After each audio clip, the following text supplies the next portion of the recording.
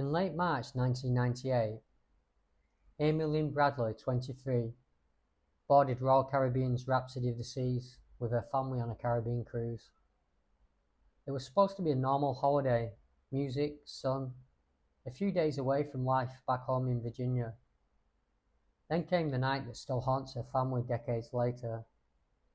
On the final night before the ship reached Curaçao, Amy spent time in the ship's nightclub. Multiple accounts place her socializing and dancing, including with a ship musician known to passengers. In the early hours of March 24th, she returned toward her family's cabin. Her father later said that sometime between roughly 5:15 and 5:30 a.m., he woke and saw Amy on the balcony, resting in a lounge chair. He described seeing her legs from the hips down and then drifting back to sleep.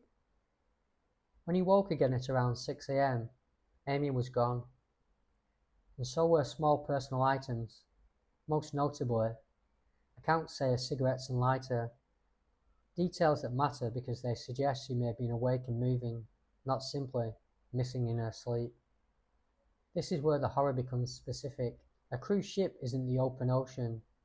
It's corridors, decks, cameras, staff, other passengers, a floating city. So how does a person vanish in that narrow window between the hush of early morning and the start of the day?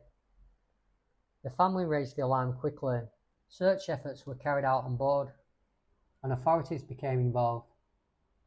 An early explanation put forward in many disappearances at sea is the simplest: a fall overboard.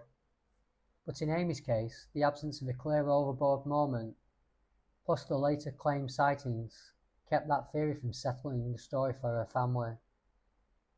The ship soon arrived in Curaçao, and that timing became one of the most argued points in the case, because once a ship docks and people disperse, passengers, crew, port workers, opportunity expands, and certainty collapses. Over the years, what kept this case alive were the reported sightings, claims that surfaced from different people in different places across different years. Some were brief, a woman who looked like Amy. Some were specific and chilling, a woman allegedly saying she was Amy and needed help.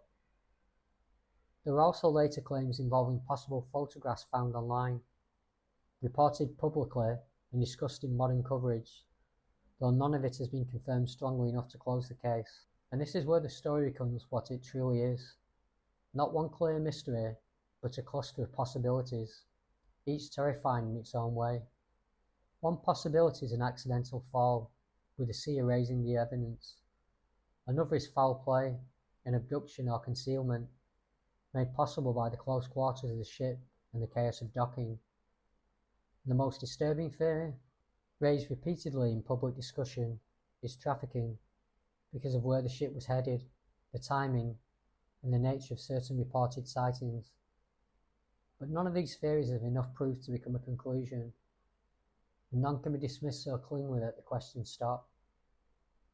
What people sometimes forget, because the case has become famous, is that Amy was a real person with an ordinary life.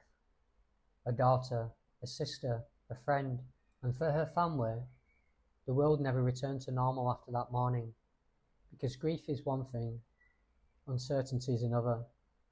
Uncertainty keeps the door half open forever. Today, the case remains active publicly.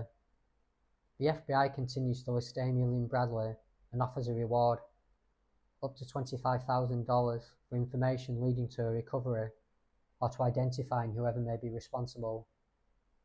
Which tells you something important. This isn't treated as a closed story. It's treated as a missing person who might still be found. So what happened to Amy Bradley in 1998? A tragedy in the dark, gone in seconds? Or a crime that survived the chaos of a cruise ship and a crowded port? The truth is, there's no evidence strong enough to confirm what happened to her, and no explanation complete enough to put it to rest. If someone vanished from a ship in the final minutes before morning, what would you believe first?